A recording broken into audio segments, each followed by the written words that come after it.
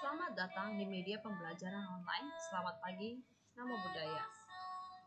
Materi kita adalah meditasi. Sebelum kita memulai pelajaran, yuk kita melakukan meditasi.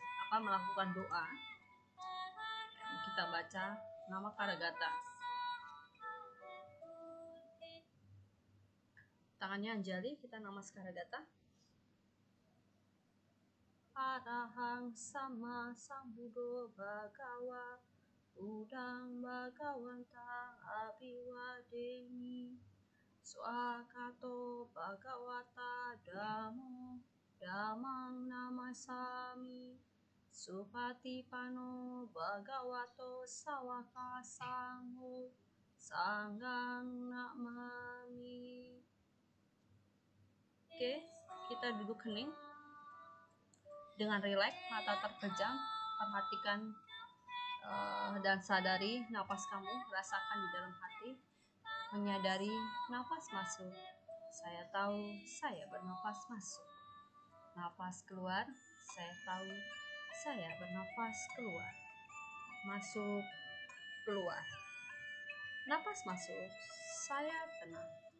Napas keluar, saya rileks. Tenang, rileks. Duduk hening, selesai. Yuk kita tangannya Anjali. Terpujilah Tuhan Yang Maha Esa, para Buddha, para Bodhisattva Mahasatwa. Aku belajar bukan untuk kesombongan dan keserakahan, tapi untuk mengikis kebodohanku. Semoga aku dapat belajar dengan baik dan benar. Sadu, sadu, sadu. Oke, kita masuk ke pembelajaran kita hari ini. Itu tentang meditasi Vipassana atau Vipassana Bhavana.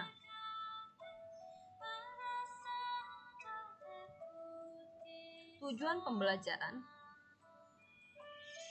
peserta didik dapat memahami meditasi ketenangan batin, melaksanakan meditasi ketenangan batin atau Vipassana, dan memahami cara meditasi. Arti Vipassana. Vipassana artinya adalah pandangan terang bila ditinjau dari dasarnya. Vipassana adalah nama dari panya atau kebijaksanaan. Panya dapat mengetahui sesuatu apa adanya atau melihat sesuatu sebagaimana adanya. Jadi panya adalah mengetahui atau melihat nama dan rupa sebagai tidak kekal, anicca, dukkha, derita, dan tanpa aku, yang disebut dengan anatta.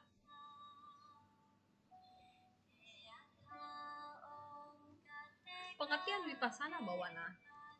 Vipassana Bhavana berarti mengelola pikiran yang bertujuan untuk melihat dengan cara yang khusus sehingga sampai ke pandangan terang atau memahami pemahaman penuh.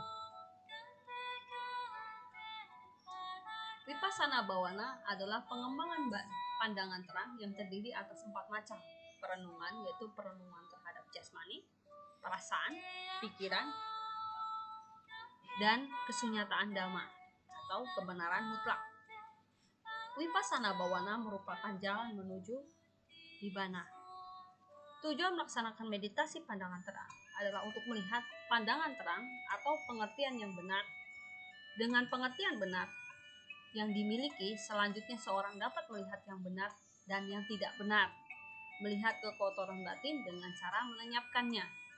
Dengan melenyapkan kekotoran batin, maka kesucian tertinggi atau arahat dapat dicapai, atau penerangan agung mencapai kebahagiaan tertinggi. Karena Buddha pun saat mencapai kesucian itu adalah melalui meditasi. Jadi meditasi bukanlah sekedar teori saja, tetapi harus benar-benar dipraktekkan. Kalau saja pemahaman yang salah tentang meditasi, maka akan menjadi micca-ditthi, sehingga konsepsi yang bukan melenyapkan kekotoran malah memunculkan kekotoran batin. Objek meditasi pandangan terang atau Vipassana, kita lihat objek Vipassana Bhavana adalah aktivitas batin, nama, dan rupa atau jasmani, yaitu mengamati setiap fenomena yang ada di batin kita, fenomena yang ada di jasmani kita. Batin tersebut adalah keadaan perasaan, keadaan pikiran, dan kesadaran. 3 poin ini sangat berpengaruh. Karena ketika kita melakukan meditasi, tentu pikirannya kalau tidak fokus, jadi tidak konsentrasi. Begitupun perasaan, begitupun kesadaran, sehingga mengganggu dan harus kita amati aktivitas ini. Batin-batin tersebut digunakan dengan cara yang benar atau belum, patut dilekati atau juga tidak. Jasmani pun demikian, diperhatikan apakah digunakan dengan benar atau belum, pantas dilekati atau tidak. Contohnya tubuh kita ini digunakan untuk benar atau hanya untuk kepuasan nafsu indera, itu berbahaya ya. Jadi harus kita pahami itu, pantas dilekati atau pantas juga tidak. Next, rintangan dalam melaksanakan meditasi pandangan terang. Ada 10 belenggu batin, kalau dalam bahasa Pali yang disebut dengan samyojana, sehingga manusia tidak dapat mencapai kebahagiaan tertinggi, karena ini penghambat ya.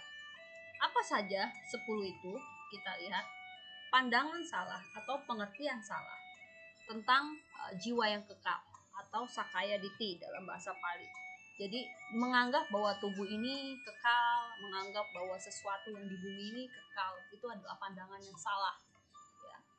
Kemudian yang kedua adalah keraguan-raguan terhadap Triratna sebagai kebenaran tertinggi atau yang disebut dengan Vicikicca. Keraguan pada Triratna ini akan menjadi belenggu, gangguan yang tidak bisa lagi, kalau meditasi ini tidak bisa jalan dengan baik. Kemudian yang ketiga adalah kepercayaan pada upacara-upacara tahayul atau silabata paramasa. Jadi menganggap bahwa sesuatu benda memiliki kekuatan misterius dan menjadi pengabul, itu adalah konsep yang salah. Tapi ketika kita lihat kenyataan bahwa masih ada orang yang seperti ini, itu betul menganggap bahwa mencari kekayaan dengan cara menyembah sesuatu yang dianggap mistik, itu masih ada ya.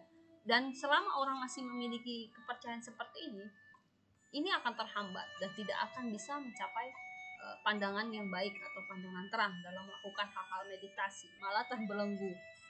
Yang parahnya adalah upacara tahayul ini malah melekat kepada sesuatu yang berhala. Akhirnya makhluk-makhluk yang tidak kelihatan, yang bahkan makhluk besar, itu diundang dan tidak akan kita bisa lepas, karena kita telah, ibaratnya ketika orang yang sudah jatuh ke sungai itu tidak akan bisa kering kembali. Orang yang udah terjerumus tidak akan bisa balik kembali. Seperti itu. Yang keempat adalah kemelekatan terhadap nafsu indera atau kamaraga. Ini dia, kemelekatan terhadap nafsu indera. Nafsu indera itu melihat sesuatu yang menarik yang membuat kamu pengen gitu. Itu seperti itu. Kemudian kelima adalah mudah tersinggung atau mudah terbakar emosi, disebut dengan patiga. Ini bukan sekedar teori ya. Kadang kalau kita sudah dikatain orang ya, dihina orang, tersinggungnya gampang, ngambek dan sebagainya. Inilah sikap-sikap negatif yang kita punya. Selama ini terbelenggu, penderitaan terus akan mengikuti kita. Yang keenam adalah senang lahir di alam surga. Ini melekat sekali. Jadi ketika meninggal, saya akan lahir di alam surga. Ternyata memang alam surga adalah tidak ada yang kekal. Jadi melekat sekali dengan kesenangan. Kemudian yang ke-7 adalah senang lahir di surga tapi tak berbentuk. Artinya bahwa tidak ada wujud bentuknya, tetapi dia lahir di alam surga. Kemelekatan yang melekat sekali dengan kesenangan juga. Kemudian 8, sombong atas pencapaian yang dimilikinya, atau bahasa Palinya manya. Jadi orang kalau udah di atas itu lupa akan dirinya sendiri, dia sombong. Orang yang udah naik jabatan tinggi, dia lupa sama yang di bawahannya. dia merasa angkuh dan tinggi. Inilah sifat manusia. Yang kesembilan adalah gelisah, atau atas apa yang dicapainya nggak berhasil. Dia kalaupun berhasil dia jadi gelisah. Sama seperti gini, kalau orang naruh harta kekayaan di rumah, ketika ditinggalin dia udah pusing duluan, mikirin apa yang di rumah, emasnya atau apanya, takut diambil orang. Itulah kegelisahan. Jadi kemelekatan dengan kegelisahan. Ke-10, kegelapan batin atau kebodohan batin, awija. Tanha dan awija ini sangat berperan, ya. Karena sudah tahu ini tidak benar tapi dilakukan. Itulah, sudah tahu juga itu salah tapi juga masih dilakukan. Nah, apapun yang terjadi di tingkatan kesucian agama Buddha itu ada 4 kategori, yaitu Sotapanya, Sakadagami, Anagami, dan Arhat. Kita lihat dari 10 samyojana, ya, atau Sotapanya. Sotapanya ketika mencapai tingkat kesucian ini akan melenyapkan 3 samyojana atau 10 gangguan samyojana atau 10 belenggu. Apa saja? Yang poin 1, 2, dan 3, yaitu apa? Keraguan-raguan, kemudian kepercayaan terhadap upacara-upacara tahayul, dan pandangan salah. Kalau ini dihancurkan, maka mencapai kesucian Sotapanya. Yang kedua, Sakadagami. Bila kita berhasil melenyapkan pandangan salah, keraguan-raguan, kepercayaan tahayul, 3 poin ini dihilangkan, kemudian dilemahkan dengan nafsu indera dan emosi. Inilah yang disebut dengan Sakadagami secara teori. Coba kita praktekkan. Anagami dicapai jika telah berhasil melenyapkan 5 dari 10 samyojana itu tadi, yaitu pengertian salah, keraguan-raguan, kemudian percaya pada tahayul, silabata paramasa, kemelekatan nafsu indera, dan mudah tersinggung. Ini semua dihancurkan. Inilah yang disebut dengan anagami. Yang selanjutnya arahat. Arahat itu adalah 10 belenggu samyojana itu dihancurkan atau tidak sama sekali ada. Seperti itu. Manfaat melaksanakan meditasi pandangan terang. 1. Mensucikan makhluk. Ya, artinya bahwa bukan mensucikan itu adalah melenyapkan kekotoran yang sudah ada. Seperti itu. Kemudian kedua, membebaskan makhluk dari kesedihan dan kegelisahan. Karena segala suatu fenomena tidak kekal adanya, dengan memahami apa adanya sebagaimana adanya. Kemudian membebaskan makhluk dari keluh kesah. Karena setiap orang pasti punya keluh kesal. Ketika melakukan meditasi, keluh kesal ini menghilang atau setidaknya memahami arti hakikat hidup. Kemudian membebaskan makhluk dari penderitaan jasmani. Karena kita tidak bisa menghindari, kita akan pasti mengalami sakit. Tubuh ini tidak ada yang kekal, dan kita pahami sehingga penderitaan akan berkurang. Kelima, membebaskan makhluk dari penderitaan batin. Nah, ini batin ini yang tadi saya bilang adalah perasaan, pikiran, dan kesadaran. 3 poin ini kelihatannya gampang sekali. Perasaan, pikiran, kesadaran. Tapi pikiran itu luar biasa. Ketika pikiran yang negatif muncul, semua perbuatan, ucapan menjadi negatif. Kemudian 6, merealisasi mencapai magga dan pala atau jalan. Magga itu jalan dan melakukan kebajikan. 7, merealisasi nibbana karena sudah dipatahkan belenggu kekotoran batin dengan melaksanakan jalan mulia Buddhusul 8 dengan melakukan meditasi pandangan terang. Biasa meditasi pandangan terang ini dilakukan oleh para bante, ya. Kalau kita umat awam, kita selalu melekatnya kepada gangguan-gangguan meditasi tadi, ya. Ada yang di pelajaran sebelumnya ada yang rumah, pekerjaan, anak, keluarga. Ketika kita tinggalin itu saja, kita juga udah gelisah. Maka itulah gangguannya. Keuntungan melaksanakan meditasi vipassana. 1. Memiliki prinsip dalam kebenaran atau paramata dhamma. Kedua, memiliki moral yang tinggi. Ketiga, memiliki cinta kasih dan simpati terhadap orang lain. 4.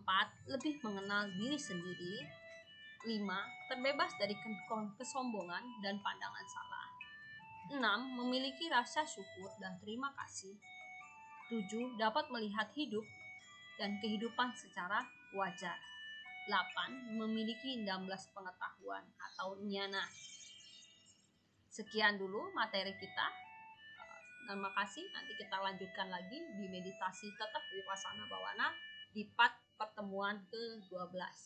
Soki Hotu, Namo Buddhaya.